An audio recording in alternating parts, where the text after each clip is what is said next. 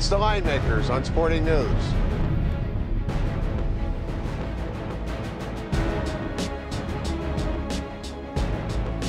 SEC championship game. We've got Florida against Mississippi. Welcome to the Linemakers on Sporting News. I'm Micah Roberts with Ricky Herron.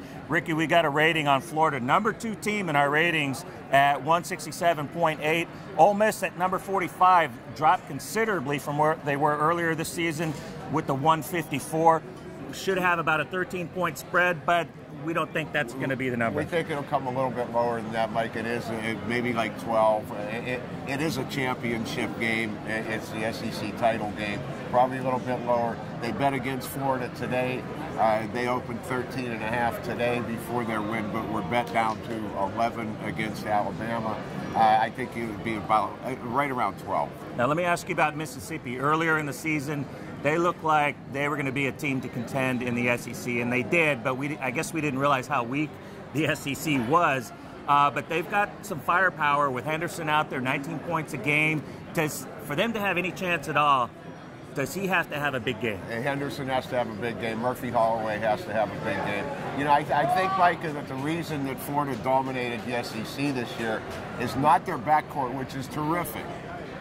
They're better defensively than the rest of the teams in this league, and I think the first meeting against Mississippi, they showed that they opened up a huge lead, held on to win by, I believe it was 14, right? Yeah, spread was 17.5. But it wasn't that close. The game wasn't that close. And part of the key was they just strangled Henderson. They didn't let him get a shot off. They harassed him the entire way, and that's going to be big for Ole Miss here. What are we leaning at here? Is this still too many points? We think it's lowered because Florida hasn't lived up to their expectations, hasn't covered 9 of their last 13 games. The rating's just been too high.